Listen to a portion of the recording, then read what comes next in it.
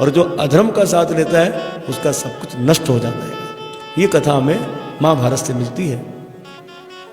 इस तरह से राजा वसु ने भगवान श्री नारायण का भजन किया, उनकी कृपा से सब कुछ उन्हें प्राप्त हो गया। तो ये हमें शिक्षा लेनी चाहिए। इसी तरह से महाभारत अनुशासन प्रवाह, यहाँ पर भी बड़ा सुंदर बताया गया है मांस के विषय में। तो यह लिखा है हिंसा और मांस की निंदा कही है, मतलब जीवत्या पाप है और मांस खाना भी पाप है। और यही लिखा है कि मदिरा भी नहीं पीनी चाहिए, इसी जगह पर लिखा है मदिरा की भी निंदा करी गई है। इसी तरह से मन मांस खाने की इच्छा करने वाला, वाणी जो कहते कई मांस के विषय में नहीं लिखा, मांस खाया करो, इसका प्रचार करने वाला। तीसरा स्वाद लेने वाला, मांस खाने की दिलचस्पी लेने वाला, ये अपराधी है।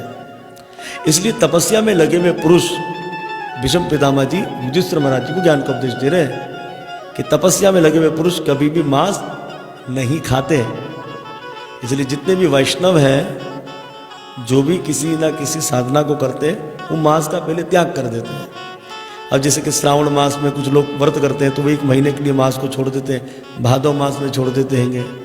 क्यों? क्योंकि तपस्या में लगे हुए पुरुष मांस नहीं खाते, मांस खाने से भजन में बाधा आती है। ये हमें बात महाभारत में भीष्म पितामह जी के द्वारा प्राप्त हुई।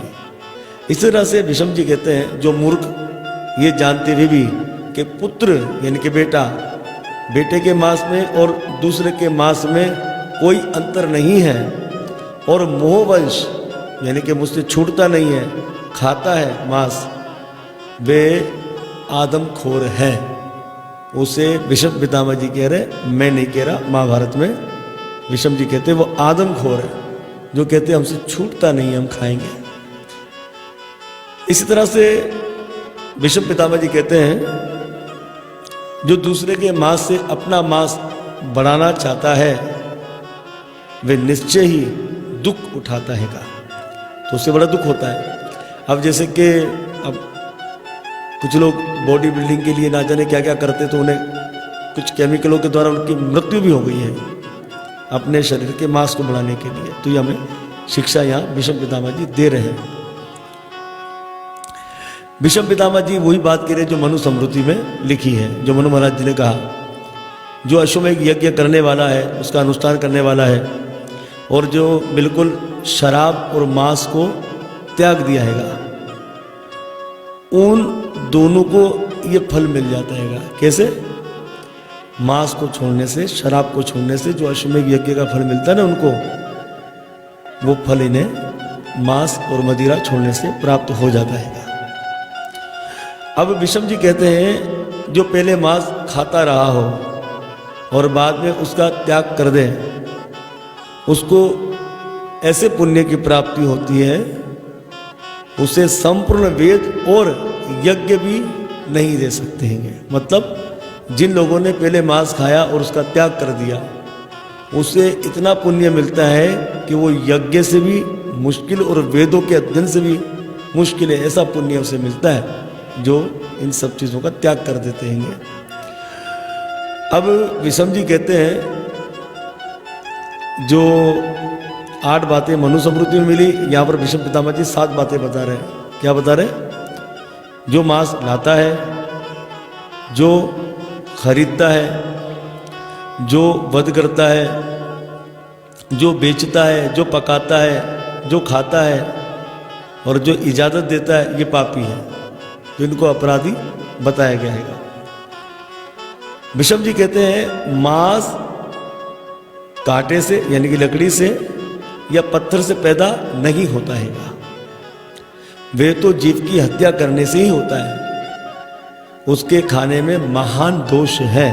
क्या सुंदर बात भीष्म पितामह जी युधिष्ठिर महाराज जी को कह रहे हैं। मांस भक्षण करने में महान दोष है, मतलब मांस को खाने में बहुत दोष बताया गया, क्योंकि मांस की उत्पत्ति वीर्य से होती है। क्या सुंदर बात बता रहे हैं। वीर्य आप समझते हैं जिससे संतान पैदा होती है, उससे मांस की उत्पत्ति होती है। मतलब मांस खा लिया तो आपने वो चीज़ खा ली है। तो कितना भयंकर बताया गया है यहाँ पर। इस तरह से श्रीमद् भागवत महापुराण के पंचम स्कंद के 26वें अध्याय में भी लिखा है कि जो जीवों को काटकर उनके मांस को भक्षण करते हैं वे कुंभीपाक नाम के नरक में जाते हैं और उखलते हुए तेल में उनको भूना जाता है। इसी तरह से ब्रह्म विवृत पुराण के प्रकृति कांड के 65वें अध्याय में लिखा है, यहाँ पे लिखा है कि नवरात्रि के दिन दुर्गा का पूजन के विषय में बड़ा सुंदर बताया गया है और नवमी के दिन दुर्गा देवी को बलिदान देना चाहिए।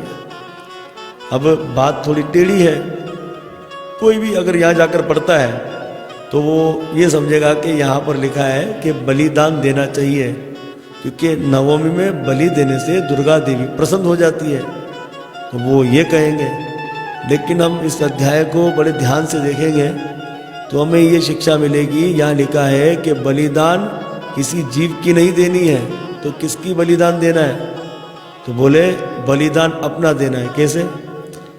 कि बहुत मांस खाता हो कोई, दुर्गा देवी का उन्होंने व्रत किया नवरात्रि में, तो 9वें दिन वो क्या कहेगा, हे दुर्गा मैया मैंने बहुत मांस खाया, मदिरा पी, जुआ खेला, कुकर्म किया, आज मैं बलिदान दे रहा हूँ कि अब मैं इन सब चीज़ों को नहीं करूँगा, तो बलिदान। इसी तरह से इंगलाज धाम में बलिदान देने के विषय में बताया गया। बलिदान जीवों को काटने के विषय में नहीं बताया गया इंगलाज में। बलिदान मतलब अपनी पसंद की चीज़ को छोड़ना, यानी कि अपने स्वाद को छोड़ना। लेकिन हम लोग क्या करते हैं, हे दुर्गा मैया मुझे बैंगन अच्छा नहीं लगता, आज मैं आपके द्वार पर इस बैंगन का त्याग कर रहा हूँ, ये नहीं, ये अपराध है। तो ये हमें शिक्षा लेनी चाहिए कि हमारे सत्य सनातन धर्म के अंदर मना है ये सब चीज़ें, तो हमें इन चीज़ों को नहीं खाना चाहिए। और अगर कोई खाता है तो उसको साधु बनने की आवश्यकता नहीं है, उसे अपराध लगेगा। इस प्रकार से हमें शिक्षा लेनी चाहिए और इन सब चीज़ों का त्याग कर देना चाहिएगा। इससे हम अपनी भक्ति को ठीक तरीके से कर सकते हैं।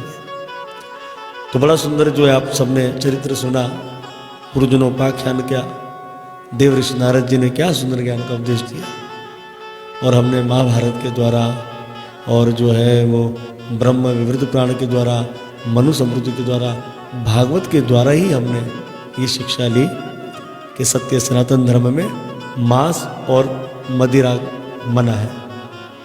अब हम कथा को आगे लेकर चलते हैं।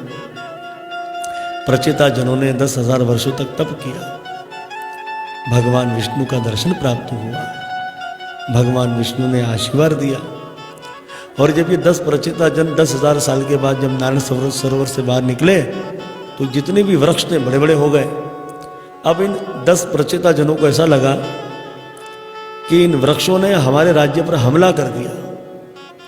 अब तो इन प्रचेता जनों ने अपने नेत्रों की अग्नि से वृक्षों को जलाना आरंभ कर दिया।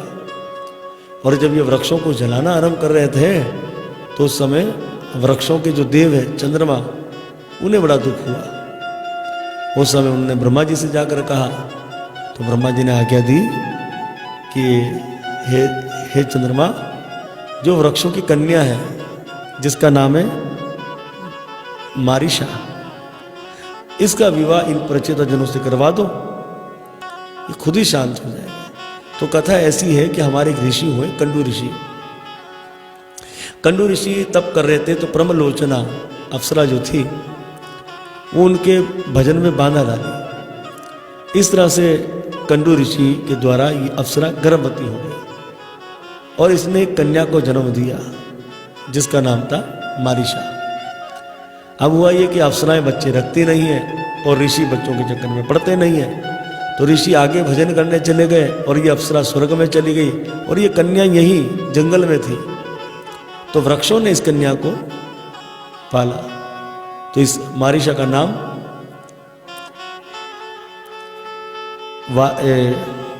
मारीशा जो है ये वृक्षों की कन्या हुई और ये वृक्षों की कन्या हुई और वृक्षों ने इसे पाला।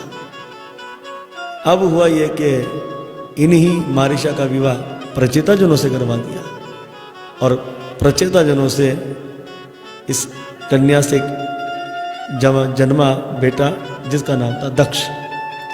ये वही दक्ष है शंकर जी का ससुर, क्योंकि उस समय तो बकरे का सर था, कोई कार्य कर नहीं सकता था, इसलिए वो शरीर छूटा। तो अब ये प्रचेता जनों का बेटा बनकर उत्पन्न हुआ। हमारे वैदिक इतिहास में लिखा है, जो कि महाभारत, क्योंकि महाभारत को पंचम वेद कहा गया, ये बात महाभारत के अंदर भी आई थी। जब युधिष्ठिर महाराज जी से सभा में पूछा गया कि 5-5 पतियों की तो पत्नी नहीं होती, कभी ऐसा हुआ नहीं। उस समय युधिष्ठिर महाराज जी ने पुराणों का इतिहास बताया था और कहा था कि कंडू ऋषि की कन्या थी ने मारीशा, उसके भी तो 10 पति थे, प्रचेता जन। तो भीष्म पितामह जी बड़े धर्मात्मा थे। भीष्म पितामह जी समझ गए कि युधिष्ठिर तो धर्मात्मा है, कभी असत तो कर नहीं सकता। तो इस तरह से ये कथा वहाँ पे भी आती है, महाभारत में भी। इस तरह से दक्ष नाम के पुत्र जन्मे। प्रचेता जनों ने 12 लाख वर्षों तक राज्य किया। अब सोचा कि अब भजन करने चलना चाहिए, तो अपने बेटे दक्ष को गद्दी पर बिठाया और ये प्रचेता जन थे, ये तपस्या करने के लिए वन में चले गए। अब की बार प्रचेता जनों को देव ऋषि नारद जी मिले और देव ऋषि नारद जी ने बड़े सुंदर उपदेश दिया। 3 सूत्रों में ज्ञान दिया था। 3 सूत्रों में पहला सूत्र था सर्वभूतेषु दया, कि सब जीवों पर दया करनी। ये नहीं कोई हमारा रिश्तेदार है इस पर दया करनी, नहीं। यहाँ लिखा है सर्वभूतेषु दया, कोई भी हो सब पर दया करनी। वो कहते हैं कि दया धर्म का मोल, पाप कपट अभिमान, तुलसी दया न छोड़िए जब तक घट में प्राण। तो हमारा धर्म क्या है? सेवादारी। वो कहते हैं ना, ठाकुर हमरे रमण बिहारी, हम हैं रमण बिहारी के, साधु सेवा धर्म हमारा, काम न दुनियादारी से। भला कहो या बुरा कहो हमें, हम हो गए रमण बिहारी के। तो हमारा कर्तव्य है, ये अपना कर्तव्य समझकर ही हमें सब जीवों पर दया करनी है। इसके पहला सूत्र है दया। दूसरा, जो भगवान ने दिया उसमें संतुष्ट रहना। वो कहते हैं जितना दिया श्री राम ने उतनी मेरी औकात नहीं, ये कर्म है मेरे रामा का, वरना मुझ में ऐसी बात नहीं। तो जितना जगन्नाथ भगवान ने दिया उसमें मस्त रहना। तो इसलिए कहते हैं संतुष्ट, जितना दिया उसमें संतुष्ट रहना। और तीसरा, अपनी इंद्रियों को काबू रखना। आंख जो देखना चाहे वो नहीं, हम जो देखना चाहे आंख वो देखे। कान जो सुनना चाहे वो नहीं, हम जो सुनना चाहे कान वो सुने। इसलिए आंख से माधव का दर्शन, कानों से भगवान की कथा। तो अपनी इंद्रियों को काबू करना। तो देव ऋषि नारद जी ने प्रचेता जनों को कहा कि अगर आप इन 3 सूत्रों पर चलते हो तो क्या होगा? बोले जनार्दन आसु तुष्यति, भगवान जनार्दन हम पर प्रसन्न हो जाएंगे। तो इस प्रकार से बड़ा सुंदर ये ज्ञान का उपदेश दिया और इसी के अनुसार श्रीमद् भागवत महापुराण का 4था स्कंद विश्राम होता है। अब हम पंचम स्कंद में प्रवेश करते हैं। अब 4था जो स्कंद है, जो कि देव ऋषि जो मैत्र ऋषि और विदुर जी में जो संवाद था, ये यहाँ पर विश्राम हुआ। तो जो विदुर जी थे वो मैत्र ऋषि से ज्ञान का उपदेश सुनकर कहाँ गए थे? हस्तिनापुर आ गए थे और आकर अपने भाई धृतराष्ट्र को ज्ञान का उपदेश देकर हिमालय चले गए थे लेकर। ये कथा आपने पहले सुन ली 3रे स्कंद के अंदर। और मैत्र ऋषि जो कि कहाँ थे? वो तो हरिद्वार में थे। तो अब जो है पंचम स्कंद जो है, ये स्कंद आरंभ होता है सुखदेव गोस्वामी महाराज से।